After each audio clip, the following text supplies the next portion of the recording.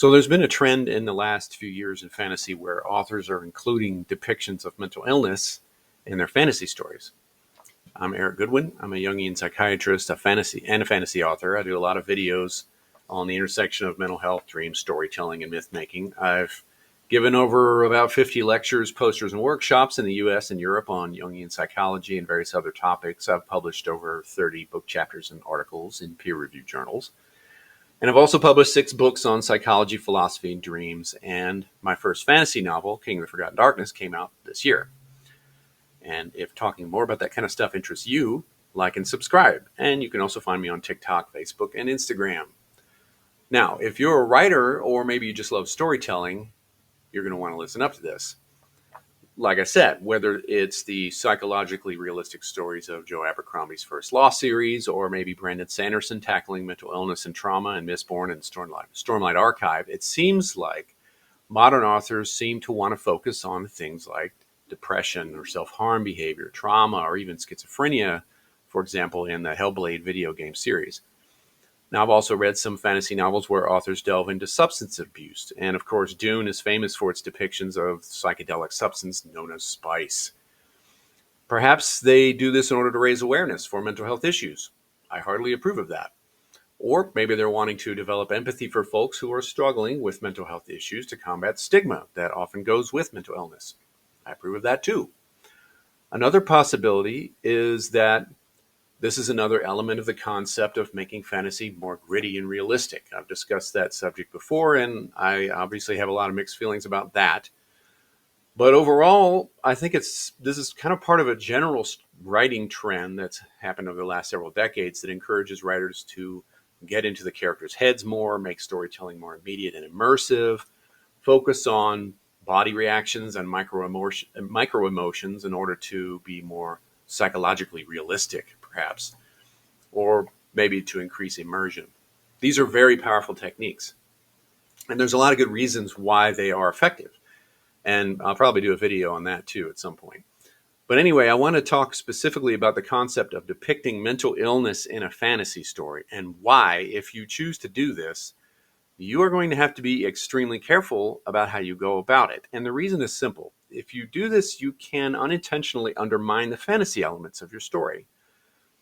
This is a unique problem with the fantasy genre only. Depicting mental illness in a crime drama, a romance, or a literary work is fine. But fantasy is very different, and that's because mental illness is not the same thing as something like liver cancer or broken bones. Mental illness is entangled much more so in culture. This means that we run the risk of imposing our cultural ideas of what mental illness even is onto a fantasy novel, and if you don't do it very carefully, you can completely undermine the fantasy of it. And I'll get into that here in a few minutes. To understand why, you have to look at the way that what we call mental illness has been defined and depicted around the world in indigenous contexts or throughout history. In my book, Healing Symbols in Psychotherapy, which I'll link below, I get into this a lot, but generally speaking, even the word mental illness is not universal by any means. In the grand scheme of things, it's not even the majority of ways to look at emotional suffering. Think about this. Say you're writing a fantasy novel. Well, what makes it fantasy? Is it the imagination or magic or maybe fabulous creatures like dragons? Maybe it's spirits and demons, spells, wizards, curses, magical objects, all that stuff. Now, think about this. For the vast majority of history, and even today, cross-culturally, in most indigenous contexts, every one of those things, magic, dragons, cursed objects, ghosts, spirits, gods, were not considered fantasy. They weren't considered escapism or flights of the imagination. No, every one of those things was 100% real to those people. Ghosts, reincarnation, curses, wizards, dragons, and all that, real. Thus, if you brought a story containing all those things to a person living in that kind of culture, they would wonder why you were calling it fantasy. After all, to them, it's not imaginary or impossible. It's just another day. So you have to realize then what the culture we live in the westernized world, is actually pretty unique historically, and it's kind of anomalous in the grand scheme of things. It's one, however, that we are so used to, we take it for granted.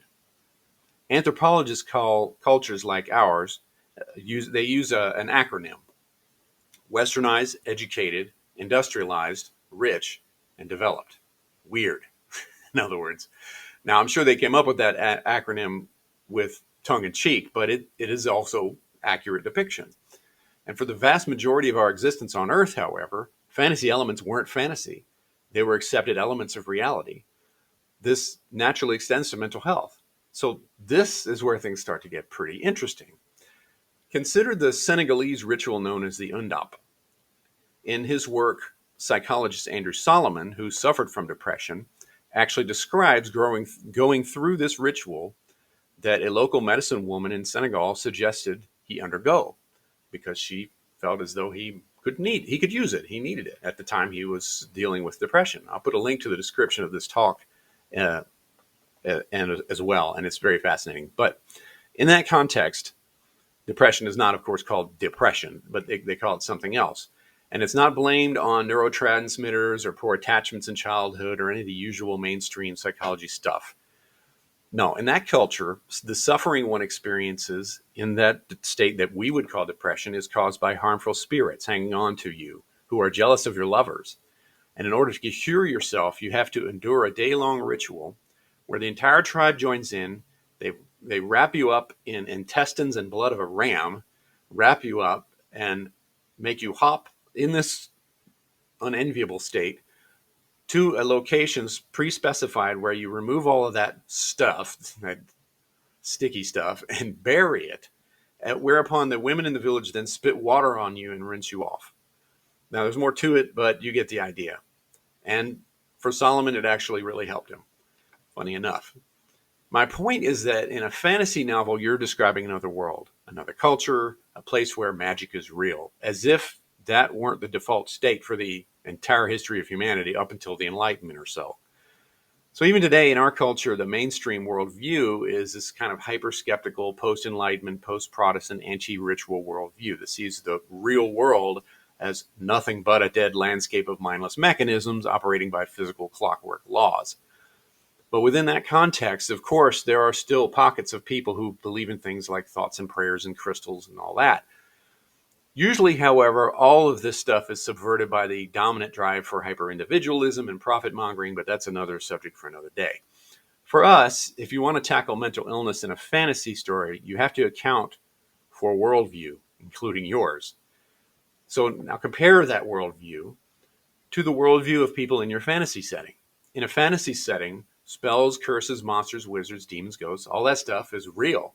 So there shouldn't be any people in that culture who are the edgelords who sit around saying they don't believe in fairy tales. In a world where that stuff is common to exist, it really undermines the fantasy elements that you're trying to convey. After all, fairy tales in a world where fairies are known to exist are just tales about fairies, things that everybody knows exist. So there's no connotation that it's fanciful or false or even delusional. There's nothing of the just in it. Only an idiot, of course, would take that stance in such a world. But of course, that applies to us too. In weird cultures, we view mental illness in a way that describes it in a framework of neurochemistry, cognitive distortions, and all that kind of stuff. But in a more traditional culture, people would say schizophrenia might be considered special individuals who are closer to the gods. People who are depressed might be thought of as afflicted by harmful spirits. People with dissociative trauma symptoms might be thought of as possessed by demons. People who are struggling with personal identity might be described as suffering from soul loss and have to go on a spiritual journey to recover it, or have a specialist like a folk magician retrieve it. So now these two explanations for this particular kind of suffering that we call mental illness are in some ways mutually exclusive unless you're extremely careful about it. Moreover, you don't want to impose the modern weird framework on a fantasy culture and have your heroes performing psychotherapy or on side characters where they're discussing their Oedipal complexes or their ego defenses or taking serotonin reuptake inhibitors. I'm just saying, if you're going to have magic and spirits in your world, it's better to approach the mental health issue that you're wanting to tackle using these magical elements. Because here's the secret. Those magical and fantastical things are incredibly powerful symbols and metaphorical expressions of those other seemingly prosaic or reductively explained things. That's the bridge. Now, if you want more details on how to bridge those two things, I would recommend reading my book, Healing Symbols and Psychotherapy. Or if dense psychology texts aren't your jam, or maybe you just want to read a novel with this kind of thing in mind, i.e. tackling mental illness without destroying and desiccating the vivid and gorgeous and full-blooded magical elements, you can read my novel, King of the Forgotten Darkness. It's a story of a man who lives caught between two worlds. One's a futuristic world of advanced science and complete lack of suffering, and the other one is full of darkness, magic, and chaos. And the hero has to illegally go to the dark world in order to save a family member he once thought that was dead. It's kind of like Narnia meets Pan's Labyrinth. In that book, you'll see how I accomplish this balancing act and what I'm talking about here. Until then, I'll see you next time.